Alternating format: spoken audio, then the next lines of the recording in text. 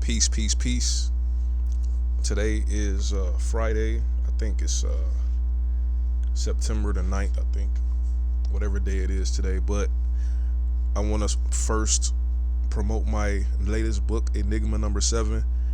You get an ebook on my website for $10. Support my business. Today I want to discuss the problem with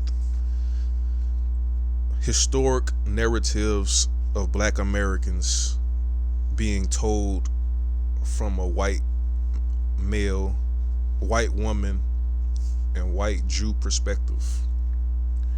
We just had Woman King, directed by a white woman. We have the movie starring Will Smith, directed by a white man, dealing with slavery and the Civil War. The Woman King, dealing with the African slave trade, the Homie tribe, who was slave traders to the Europeans, capturing our ancestors allegedly. But it's directed and produced by a white Caucasian who controls and can doctor or create the narrative for the black American people. And also we have historic movies such as Amistad, directed by Steven Spielberg, a white Jew. And also we have the movie, probably the most damaging movie of all, The Color Purple, directed by Steven Spielberg, a white Jew. And in The Color Purple, they introduced to black society and a psyche an archetype of a black, bruised, battered woman, from a black man. And he actually, she found solace in a woman, and it was a lesbian scene portrayed in that movie. And that is the beginning of the black lesbian explosion in the black community, the black homosexual explosion, primarily perpetuated by these movies directed and financed by white Caucasians, and particularly white Jews. And I think more movies dealing with the black narrative should be controlled and directed by the so-called black people, because there's certain nuances, there's certain things that only a person from that culture can actually display. Steven Spielberg is not from the black culture. Quentin Tarantino, he's not from the black culture. He's not from California, New York, Illinois, or the South. Jamie Foxx is from Texas, so he could actually fill in some of the gaps. What's his name? Samuel L. Jackson. He was in Django, so he could provide certain things that Quentin Tarantino can't provide. But overall, Tarantino is only going off of stereotypical tropes. He doesn't understand the black community. He put in those copy and paste, this in there, that in there. What's his name? Leonardo DiCaprio. He's not from the black culture. So a movie like Django should be directed by a black person.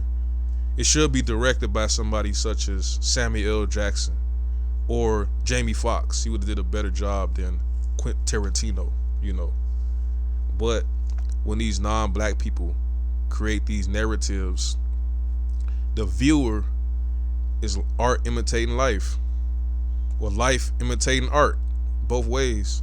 The viewer take these stereotypes as absolute truth, and we become part of the stereotype. We become the stereotype. The music is shaping our mentality, and the music is predominantly controlled by white Jews, who control the narrative and shape our mentality, shape our mind. They say, as a man thinketh, so is he. Farrakhan say, whoever prescribed the diameter of your thinking control the circumference of your activity, something like that. So we need to go back to Harlem Renaissance type movies, such as dealing with the Tuskegee Airmen, dealing with World War One, dealing with the Roaring Twenties, dealing with Langston Hughes. We never had a movie about Langston Hughes, how they went to Russia, the USSR, and inspired the whole entire culture in Russia as far as Russian jazz and poetry. That was directly inspired by Black America.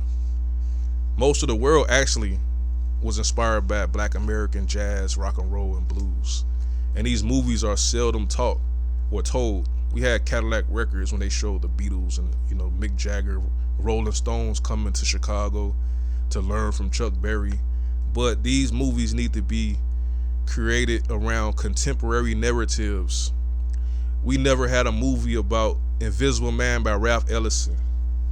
We never had a movie about the black people in Chicago dealing with the policy kings. We had Harlem with Hoodlum. It was directed by a black director, Bill Duke. But we had the same dynamic in Chicago. The narratives are not being told because too many times Black America is too dependent upon white people to make movies about our culture. And we actually are giving them the license to skew, to twist the culture to their will, to their desire. And we're tired of the same slave. It's like they make the same exact movie over and over. The same exact stereotype, the same layout. Slave movie, struggling black man being whipped by the master. But what about a movie about the Caucasians coming as slaves, the Caucasian enslaving each other? What about a movie about in the Holy Roman Empire, the Caucasians and the Slavs were slaves? We had the movie called Conan the Barbarian, briefly showed in the Germanic tribes was enslaved by black people. They was allegedly shape-shifting reptiles, They had Conan family. They killed his village and enslaved him. It was played by James Earl Jones. This came out in the 70s. And Conan was played by Arnold Schwarzenegger. But we never seen another movie like that, showing like in ancient Europe being conquered by black warlords, But there's so many stories. A movie about Hannibal. You will seldom find a video game, a movie, books about Carthage and the battle between Carthage and Rome. The only game that exists that deals with Carthage and Rome is Age of Empires 2 by Microsoft. They deal with the Carthaginians. But other than that, you don't really know too much about that because the American Negro don't really have control or does not want control of the narrative, do not want to take on a mantle to tell these stories. So we need more independent minded directors, producers. Also, the American Negro needs to finance these movies, like Spike Lee. When he did Malcolm X, he got black people to finance that movie. It should be an apparatus set up of an investment bank solely dealing with the media, financing movie production, book production, plays, music. This multi-billion-dollar industry can easily be cornered by blacks if you just compete. Like in my book, I got this book called Enigma 7, and the main article is called The Purpose of Life. And in a nutshell, the purpose of life is to succeed, and the first success is objective success, and that is actually being present on planet Earth, being alive, and dealing with subjective success like I'm talking about as far as being music and movie producers. The first success is competition, being present. In order to do anything, you must participate in that endeavor. So you got to start competing. You might not be able to make movies similar to Disney on your first attempt, but your first attempt is better than zero. One is infinitely more than zero. But that's the gist of what I want to talk about right now. Too much of the narrative dealing with the Black American culture is concentrated on slavery and oppression, and too much of it is controlled by Caucasians, particularly Jews. That's about it. And go to my website. You see the link up there, and support my business. And that's about it.